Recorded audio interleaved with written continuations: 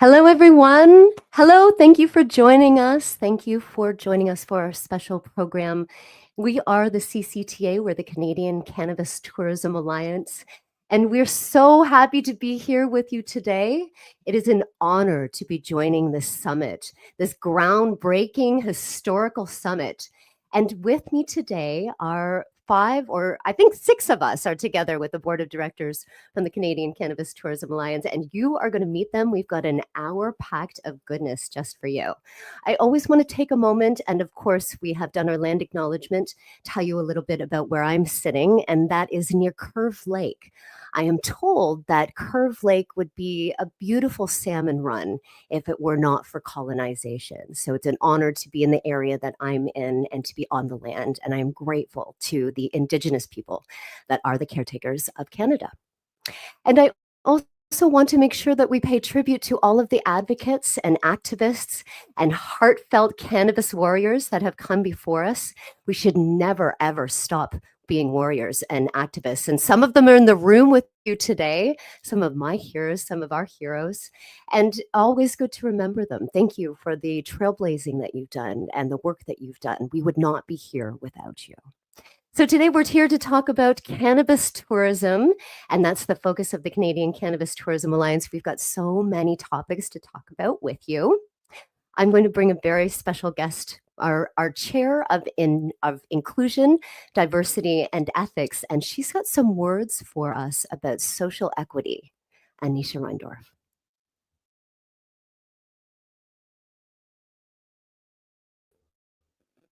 Anisha, you are muted, my friend. We're live, so it's okay. I'm just going to jump in and out when things like this happen. We love a mute button, but thank you so much, Kelly, and thank you again to the Cannabis Hospitality Summit for having us. As we discuss the future of cannabis tourism and hospitality at the summit, we must also recognize the gaps in social equity.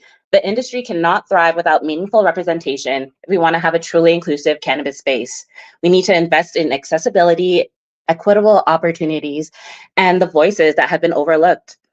My name is Anisha Reindorf, and my work in the cannabis industry has been about building, creating opportunities, and pushing for real representation. For too long, the very people that have built this culture have been criminalized for cannabis while being shut out of the industry post-legalization. Social equity isn't just about fairness, it's about repairing harm, ensuring access to capital, and creating truly inclusive opportunities. If we want cannabis tourism to thrive, we must build an industry that reflects the culture, history, and the people who made it possible. This is more than an economic opportunity. It's a responsibility. The time to foster equity isn't later, it's now. Let's not just open the doors. Let's make sure that we have a seat for the right people at the table. Thank you again. Thank you, Anisha. Always such wise words. And it's such an honor to be able to have Anisha as part of our board and to sit as our chair and to be able to have her counsel and think about the things that she teaches us. And so I am going to introduce our board one by one and say again what an honor it is to be part of this groundbreaking hospitality summit. I wish we could be in Vancouver. I've heard it's beautiful. We will get there one day. We will spend some time with you in person. Thank you for welcoming us virtually. And thank you for everybody that's tuning in on your lunch hour and letting us be your lunchtime show. So without a moment, we will start introducing each other. And the first person that I will bring back to the screen is Anisha Reindorf. Again, as I mentioned before, my name is Anisha Reindorf, and I'm the founder of Haiku, based out of Edmonton. We present across Canada, though. And Haiku was founded with the mission to promote wellness, sustainability, and community within the cannabis space. We are deeply committed to supporting a healthier and more inclusive cannabis culture that represents both the people and the planet.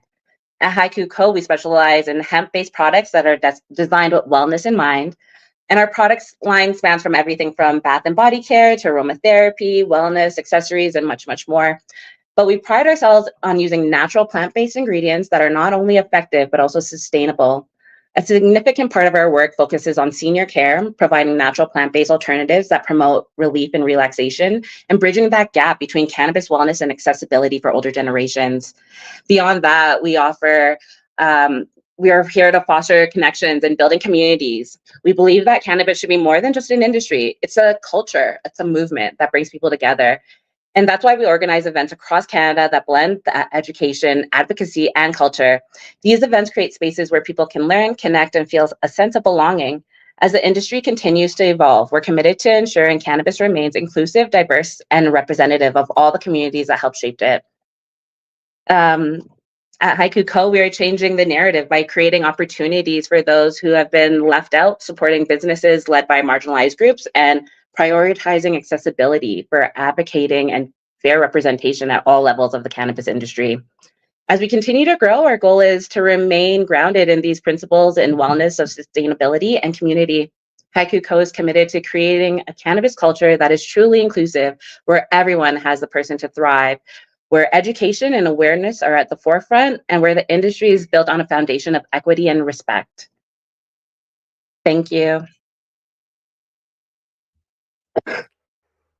Thank you, Anisha. Thank you so much. Next up, we have our president, Wally Farah. Hi, Wally. Hi, everyone. Thank you again for allowing us to participate in the summit. Something very close to our heart, cannabis tourism. The CCTA was founded in June of 2022. I took over president in November of 2023, and I've served there since then. My background in the cannabis industry is pretty extensive. I go back about 20 years into the legacy market. I owned a cannabis lounge from 2016 to 2021. It was called Youngsterdam Lounge. It was in downtown Toronto. So I've been advocating for lounges and medical patients and educators for about 9 years now. I would say. Currently, most of my focus is on the CCTA. I do own a retail chain of stores also called Cosmic Gardens, but I'm very focused on what we're doing here in the in the CCTA.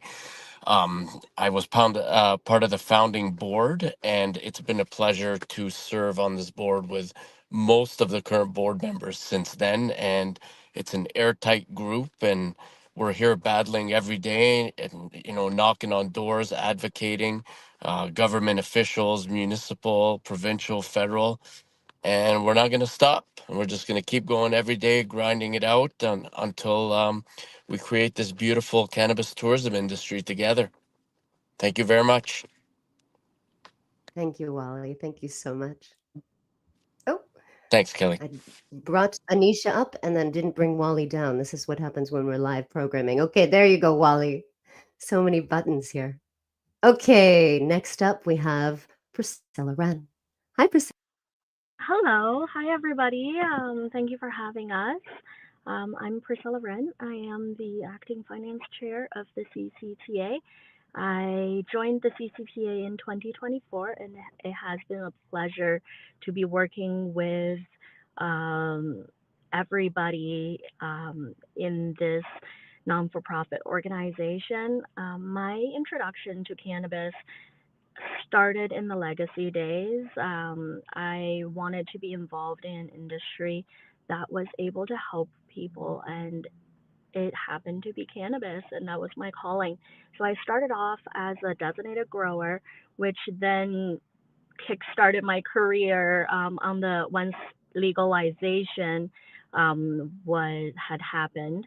So now I work with a group of licensed producers in Nova Scotia, mainly my day job is to focus on product commercialization across a variety of brands, and you may have heard of them like EastCan, Iris Labs, Masiku, 454, and Origin Coast.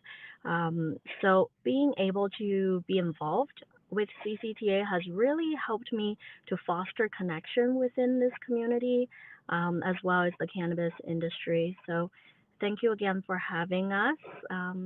It's a pleasure. Thank you. Thank you, Priscilla. Up next, we have Karen Mariano. Hello, everybody. And yes, thank you for including us in this special day today. My name is Karen Mariano, and I have been in the cannabis realm for about 10 years now, but I am basically a tourism professional. I've been doing everything in the tourism sector, from food services to sales and marketing to retail to golf, for over 30 years. But the cool thing is that once cannabis was legalized, that was my next step. It was just a no-brainer. Being in the Niagara Falls area, it is truly a wonderful place to experience tourism in all its wonderful glory. So, cannabis is one of my main things to focus on right now in regards to creating cannabis tours, cannabis workshops. And as a co-owner of a couple cannabis stores here in Niagara, we really want to bring awareness, education, and fun to our guests that are coming to our beautiful city. I work with the hotels, I work with the tourism board, I work with the government officials, and as well as the tour companies, all trying to create a wonderful cannabis tour, so that when people come to Niagara, they'll not only get to enjoy drinking wine, beer, seeing the sights, but now they can actually enjoy a little bit of beautiful cannabis at some of our different retail stores, and hopefully, as the time comes on, some grow areas as well. So basically, that's me in a nutshell. I am part of the CCTA, have been practically right from the beginning, the first one of the first board members as well, and have thoroughly enjoyed working with this wonderful group of people that have passion and commitment, and we all love the plants. So if you're coming to Niagara, make sure you get in touch with me. I would love to host you on a wonderful tour. Thank you, Karen. Thank you so much for that. And we have Jeremy Smith. Hello, everyone. I wanted to first say congratulations to the New Amsterdam Cafe and congratulations on your Vancouver Hospitality Summit. And I appreciate the invitation to be here today. My name is Jeremy Smith. I am the VP and Director of Government Relations for the CCTA. My background, I work at a hospital here in London, Ontario, and as well in the alcohol nightclub industry for about 14 years, managing the security aspect of it and doing personal training on the side as well. After I had health issues, diagnosed with Crohn's and eosinophilic esophagitis, I ended up collapsing and dying at work. And thank God I work at a hospital and was saved. From there, I started advocating, being put on opioids, advocating for the cannabis side of it. Susan Dupé reached out to me and said that they were starting the CCTA, and I was invited on to be one of the founding members and board members for the CCTA. And my advocacy has grown not just in Canada, but all across the globe right now. And it is unbelievable work that we have done, and I can't wait to tell everyone about it later. Thank you, Jeremy. We really want to hear about that later. So put a pin in that, okay, mister? Thank you so much. We call Jeremy, well, I call all of the group the Can Avengers, but Jeremy received that title when he was on stage last 420 when we actually hosted a stage presence at the Niagara 420 Expo. And I wrote a little skit for all of us, and I made them all, okay, no, they volunteered. It was okay. Okay, I made them all. Put some costumes on and learned some lines. And we actually practiced just together the day before. It was really funny. We've got it on tape if anybody wants to see it. But Jeremy was the Can Avenger, and he wore a cape. And that's what we say about him. He flies around and he talks to all of these politicians, and he opens all the doors for all of us so that we can get in there and get the message forward, because his message is so beautiful. And I call all of them Can Avengers, really and truly. When we started working together, probably 4 or 5 years ago, it's been that long. We just had our third AGM, and right from inception, it's just this group of volunteers. We are not for profit. We're a federal not for profit organization. None of us are paid to be here, yet we meet every single Monday night. Sometimes we even meet on holiday Mondays. We try to take those off, but if we don't meet on the holiday Monday, then we meet on the another day on the week, because there's that much work that needs to be done. And it's not that we're doing so many things, it's just the work that we're doing takes that much effort. And it's effort that we're dedicated to. And it's an honor to be able to walk this walk with those people, these people, their voices, whenever I hear them speak the way that they just did over the last couple of minutes, and we'll continue to hear them speak, I'm always like, yes, this is who I'm walking with right now. And it's such an honor and a privilege. And I thank them for that. So I'm Reverend Kelly, and I do this a lot. I've been broadcasting for longer than I want to admit, more probably most people in the room have been born. No, I won't say that. Since the 90s, I found a way to make old radio broadcasting into current digital media. And I have a KGL TV is my channel. You'll see up there in the corner. Is it that way? Up there? Whatever way it is, in the upper corner there, that's the logo, the KGL TV. If you like what you're seeing here or you want to find out more, you can subscribe to us. And I used to own a cannabis lounge called Kelly's Green Lounge. So that's one of the brands, KGL Network, KGL TV, and Kelly's Green Lounge. And that's where I got that tourism bug. I think there should be cannabis lounges everywhere. And so we walk this activism walk together. And it's an honor to be able to do that. So I co-chair the events committee with Waleed, and I do a lot of the administrative stuff. So if you're sending an email to the admin account, that's generally me that's replying. And that's the work that I do with the CCTA. It's an honor to be able to do that. We're going to talk about the 420. We've got a big 420 event coming up and some more historical things. Oh, and I will mention, we don't have Brendan here. We don't have Brendan. Brendan Roberts is another board member. We're all elected, by the way. It's all been an election each AGM. And Brendan's not here. I'm not sure he was supposed to be here. God bless Brendan, wherever you are, whatever's going on, because usually he'd attend if there wasn't something. So we'll find out what's going on with him. He also hosts a show that's affiliated with the Canadian Cannabis Tourism Alliance called the Tourism Chronicles, Cannabis Tourism Chronicles. And that's a show that's on KGL TV. We'll talk about that a little bit later too. He's an award-winning author and cannabis consultant, globally known and so very respected. So look him up on LinkedIn. He's always getting up on his soapbox there, and everybody just loves his messages. I know I do.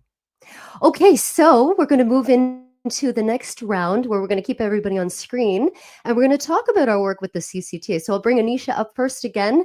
Anisha, what is it that your role is with the CCTA? What do you do with us?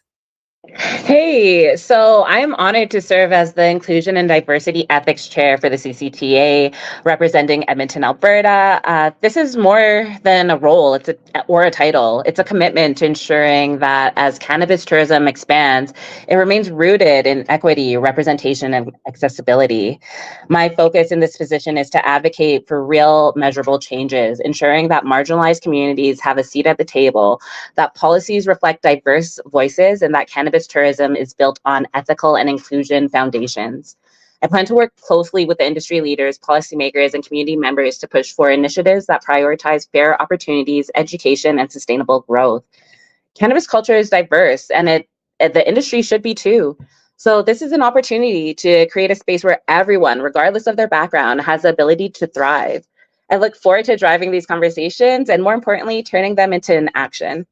Equity isn't optional, it's essential. And having organizations like the CCTA can help accomplish that mission. So I'm really excited to be part of the CCTA and have this seat. And I'm always grateful to be here every Monday with you guys. So thank you again. And I love this chair, and hopefully you'll see more of me everywhere else in Canada.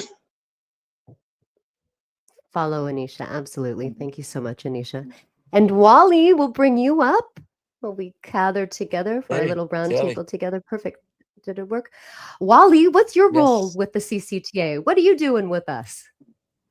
So I oversee the team. Some of my main priorities are dealing with government relations with Jeremy when we go in to speak with the ministers in regards to some of the work that we're doing. For example, recently we put together a proposal with Substance Law in Harrison, Jordan, to make amendments to the current regulations in the Cannabis Act to allow for the creation of the cannabis tourism industry. It was about an 80-page proposal that Harrison wrote, which, as you see, there's been a lot of changes recently in the regulations, and a lot of that was due to some of the work that Harrison did, and actually some of the language that Harrison had in that actual proposal was indeed part of the actual new law. So it was nice that we saw that happen. I mean, we've been dealing with Health Canada, we've been dealing with the AGCO, we've been dealing with all the um, agencies across Canada, the AGLC, and Jeremy will obviously talk more about that later.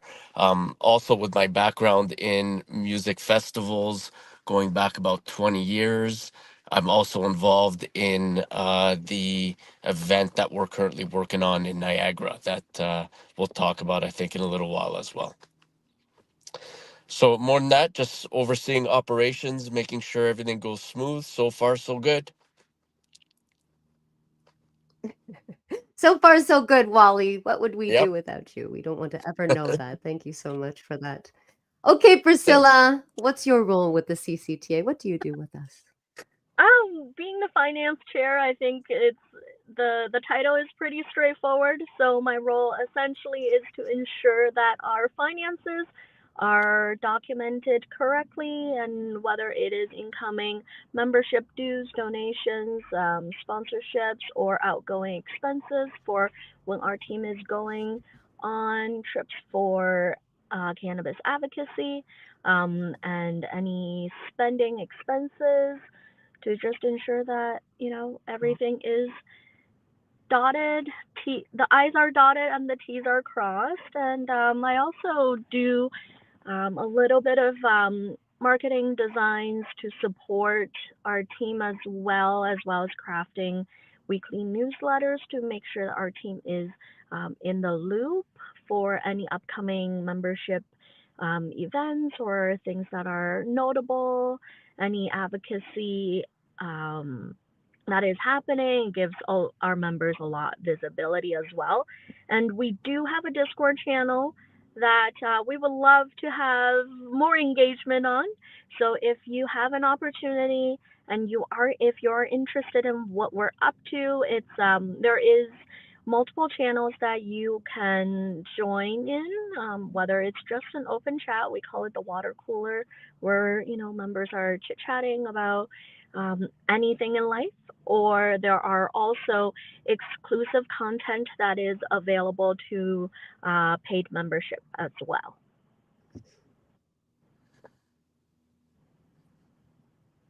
Thank you, Priscilla. Thank you for that.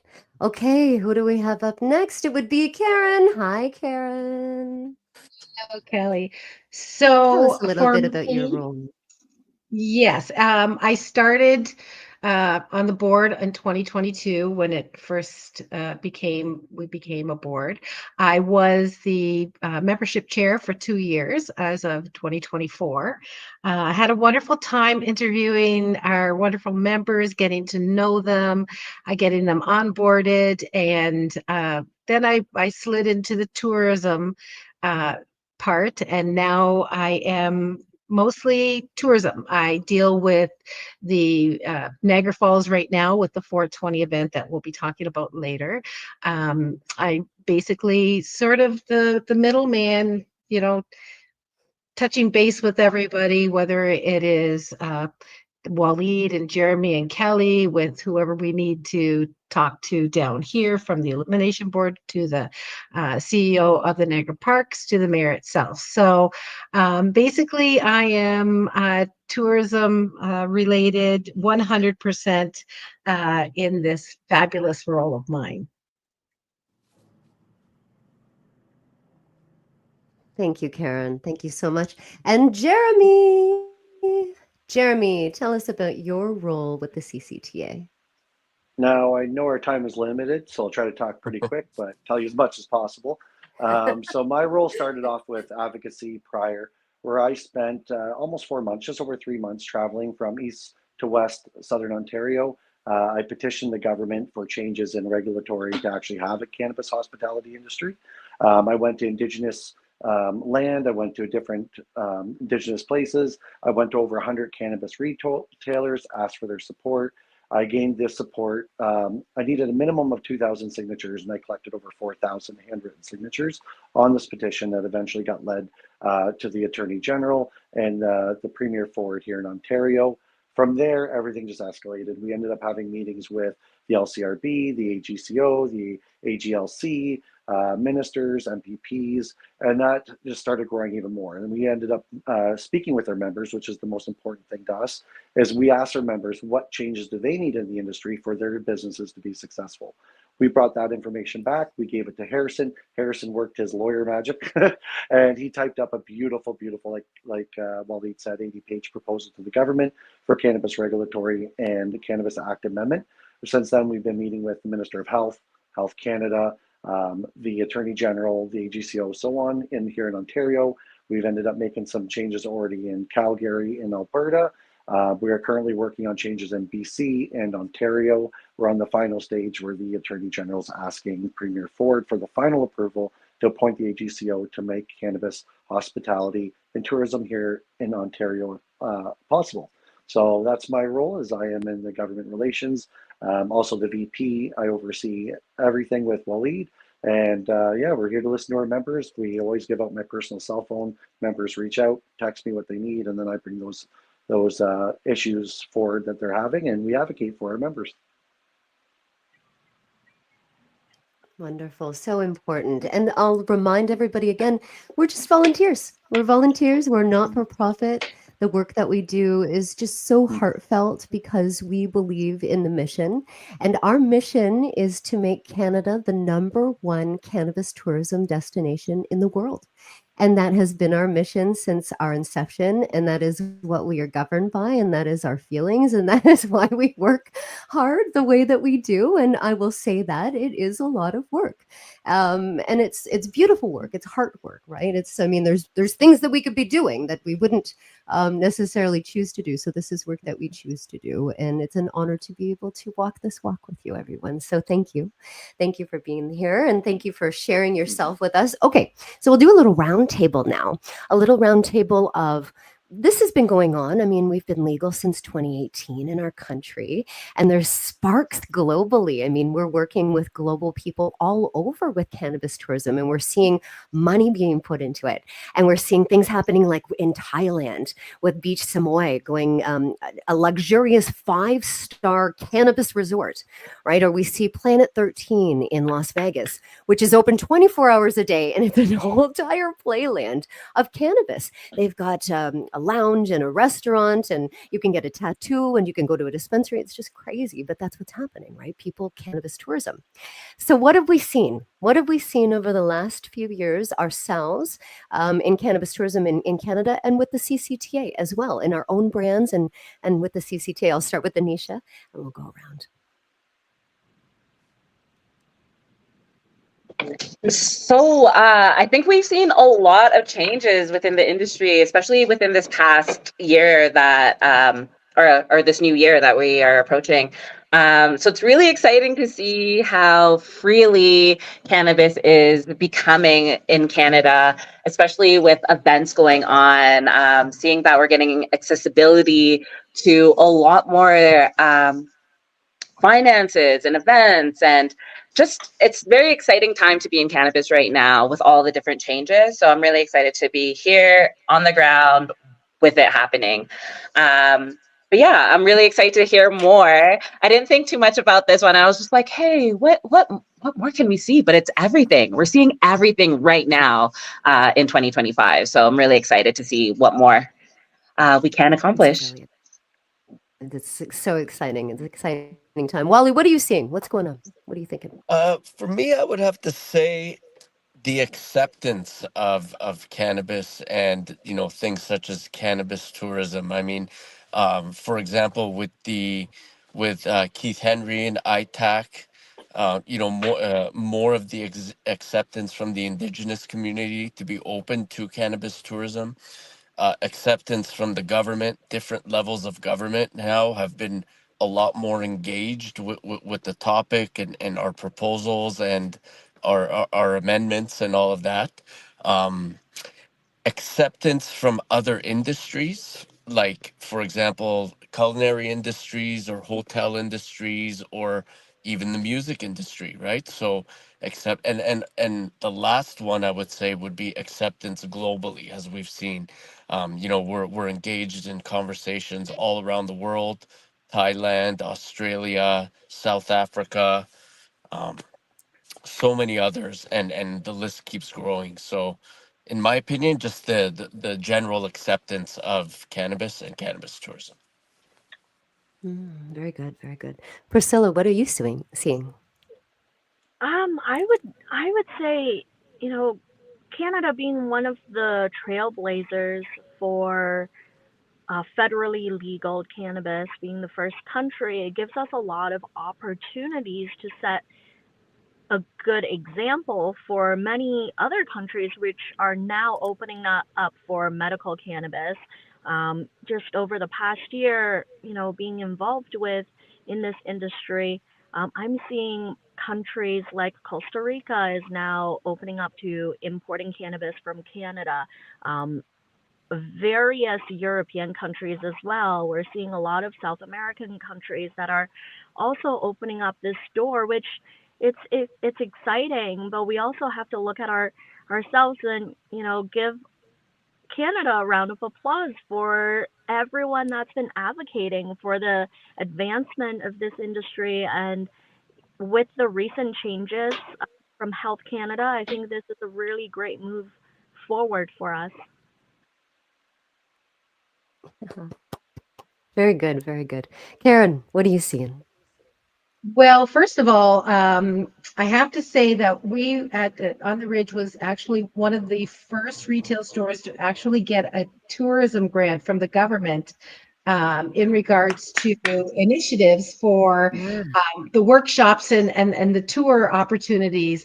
Niagara, I have to say, just watching, and always living here, knowing that our government officials, our mayor, our tourism board, our everyone around us actually sees the potential in the revenue that can come out of cannabis, not just retail, but the tourism sector as well. But one of the main things that I've noticed is that to understand a tourism segment for cannabis, I started working with the hotels. I started doing, just market surveys. Would this be something that you would want to do? If it is, how long would you like it to be for? Do you want to have transportation or would you like to go there yourself? So I did that for like 5 years to find out, and the response was just unbelievable. Like 90% of the people said, yeah, we want to try it. Even if we don't do it, we want to experience it. Another thing that I've noticed is that now I had to look at the other side of tourism, and that is the tour operator side. So I got a job driving tours and I started in the wine industry. So when I started creating my cannabis tours, it was basically, simple, stupid. I wanted to just copy the same concept that the wine tour companies do, but in cannabis format. And one thing that I realized when I was doing tours and doing another market study with the people that were on my tour is that a lot of people are coming to Canada because we are federally regulated. And for example, I had some people from Costa Rica just a few months ago, and they were a lovely couple. They were celebrating their honeymoon.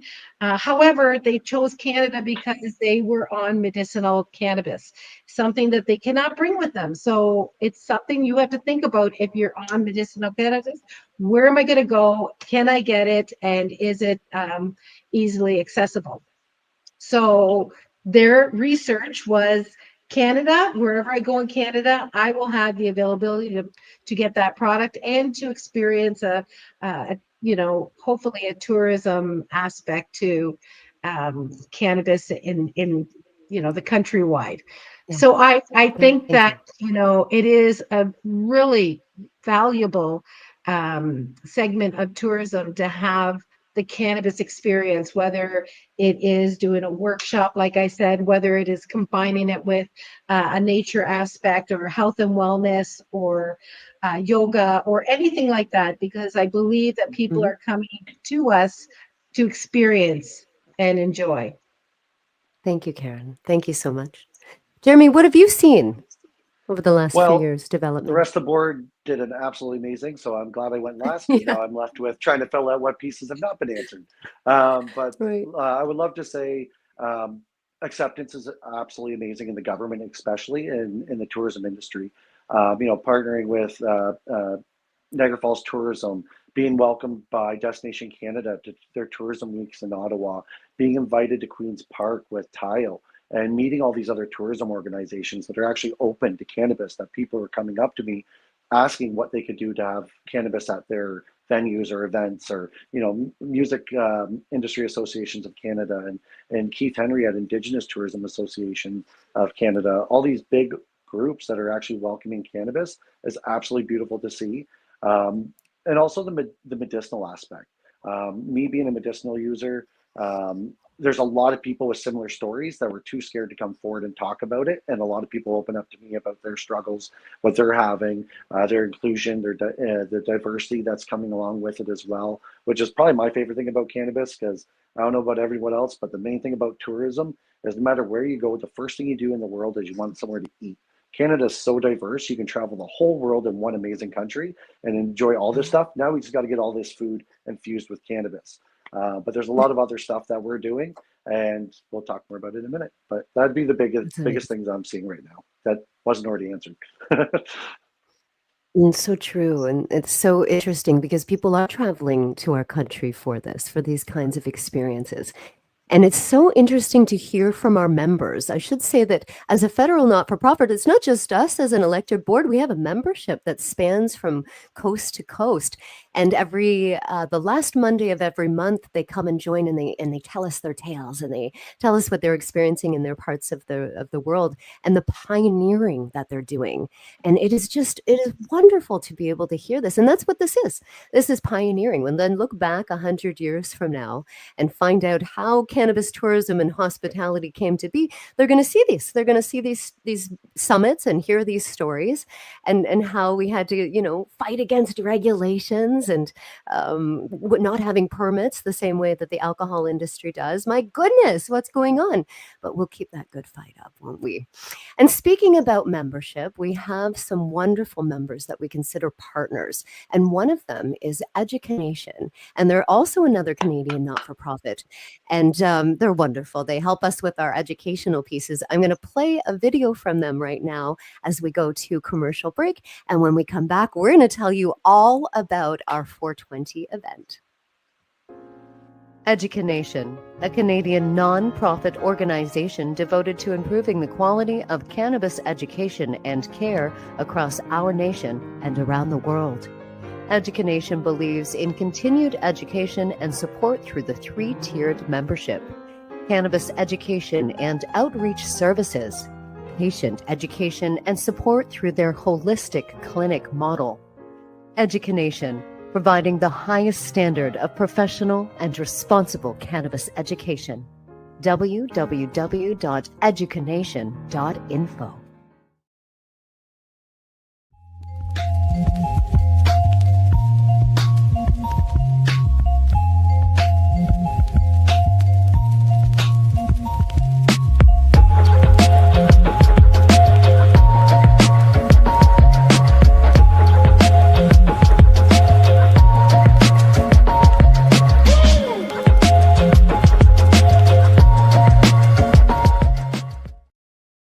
Thank you very much for inviting me to speak today at your annual general meeting.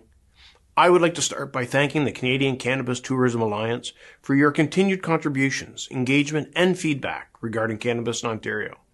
As you know, last month we marked the 5th anniversary of the legalization of recreational cannabis use in Ontario, and a lot has changed in the industry in the past 5 years.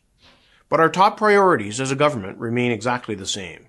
We remain dedicated to combating the illegal market while keeping communities safe. Thank you for sharing this mission to advocate for responsible cannabis consumption. At the Ministry of the Attorney General, we're doing so by working with the Alcohol Gaming Commission of Ontario to take a responsible approach to opening cannabis stores across the province, allowing private sector businesses to build a safe and convenient retail system. Our government has always been working over the past few years to provide business opportunities for cannabis retailers, such as allowing cannabis retail stores to offer delivery and curbside pickup services on a permanent basis. And we're discussing further ideas to support retail growth in the cannabis market safely and responsibly. In Ontario, we're uniquely positioned to set an international precedent around responsible cannabis consumption, and we're continuously looking for ways to support our economy and this exciting industry in a safe and effective manner. Once again, I want to thank you for your ongoing work and for the feedback you provided our government thus far. I know that conferences like these often spark ideas for change and improvement. I welcome your ideas on how we can continue to work together to make this province the best province it can be. Our government, the AGCO, and the Ontario Cannabis Store will continue to work collaboratively to explore opportunities to further support safe cannabis consumption in Ontario. Thank you. Merci. Miigwech.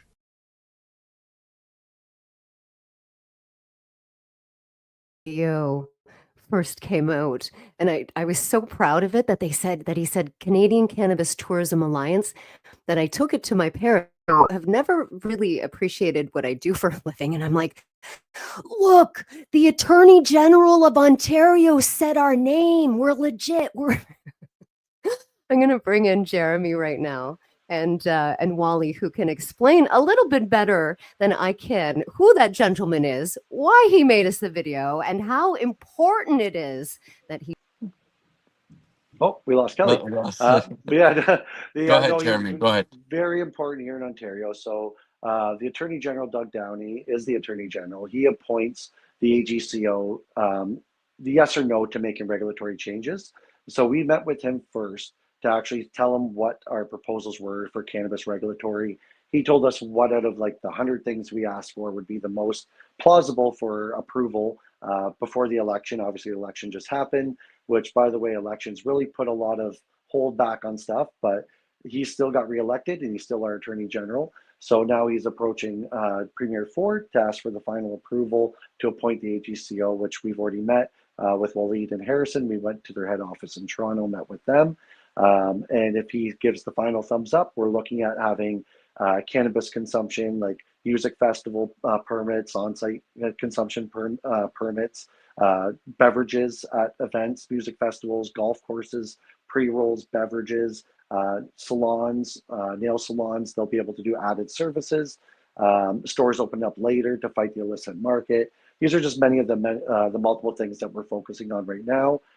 We've done this in Alberta and BC. We've done the QR code proposals, also a CCTA port of entry QR code proposal. And it's pretty much going exactly the same in every province, minus Alberta went above and beyond our ask, and they're just doing 2 different types of permits and accepting the QR code, which is absolutely amazing. But the fact that we have the approval and a video of support from the Attorney General, we have a letter of support from our now previous Prime Minister Justin Trudeau, we have a letter of support from him, and we have a letter of support from Premier Doug Ford. So many provinces in my head, but it's absolutely amazing work that we've done. If Waleed would like to tell more about it, it'd be great. No, I think you covered it, Jeremy. Honestly, I don't have anything further to add to that. Just again, they are at the table. They are speaking to us. Both Doug Ford and Doug Downey are and ourselves are kind of creating a little group together, and things are starting to move a little bit faster. But as Jeremy was saying earlier, it is in the final steps of signature now that once Doug Ford signs off on those regulations, right, Jeremy? Pretty much we're able to establish the industry by I addressing. apologize. Yeah, go I had ahead. a phone call come in and I lost Yeah, everything. So no I worries. unfortunately didn't hear That's okay. hear You're anything. back. So I'm sorry about that. You're back. Yeah.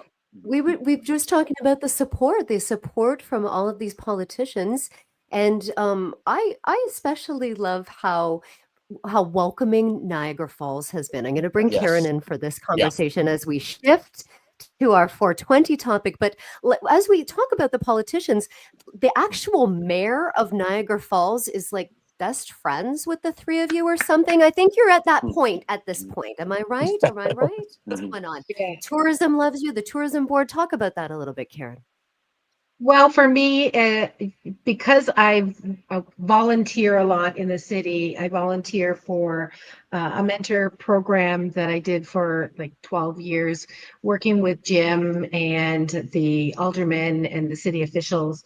Also, being a volunteer with the Winter Festival of Lights actually helps create these wonderful, friendships. That's what I would call it, friendships, because being able to just like email or pick up the phone or call or even ask a question uh, really is advantageous when you're trying to start something new in a tourism related area. Another benefit is that my cousin is actually the assistant to Jim. So if I need to get in real quick, I just will call my cousin up and say, listen, I need you to help me here. So she's been really good.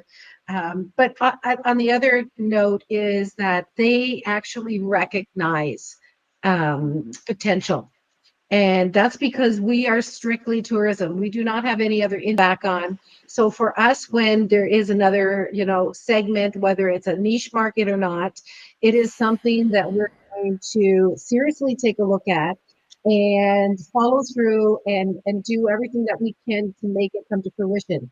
Now, I'm not saying it's easy because it's not. With me being in tourism all these years, sales and marketing, traveling the world, selling Niagara, it was easy smeezy to do that. You could put a program together, you could have it, executed in like 2 days. But with cannabis, it doesn't work that way. Everything is still in the scary territory. It's like, am I going to lose my license if I follow through with this? How am I going to advertise since advertising is not allowed? Will you work with me in sort of the behind the scenes, which is where I've got all the concierges and the front desk people, doing my work for me when it comes to like telling them what there is to do in Niagara. And once the tour goes up, they will actively promote it as well. They're all on board. They want to be, and of course, there's always a commission base to it. So if they can make a little bit extra money, then by all means, it is not just one person that it will benefit. It is from the ground up. So I think Niagara is really smart. It really does listen to the people, to the businesses, and they really bend over backwards to try to help us get to that next step. And they know the challenges. And sometimes I think they probably, get tired of hearing from us. But, Jeremy and Wally are really good there. We'll No, keep we knocking the Never doors. forgotten. Knocking on the doors, Yeah. won't we? I'm just Yeah, going and just to to add, advocacy. be a, just Yep. to just to add to what Karen was saying.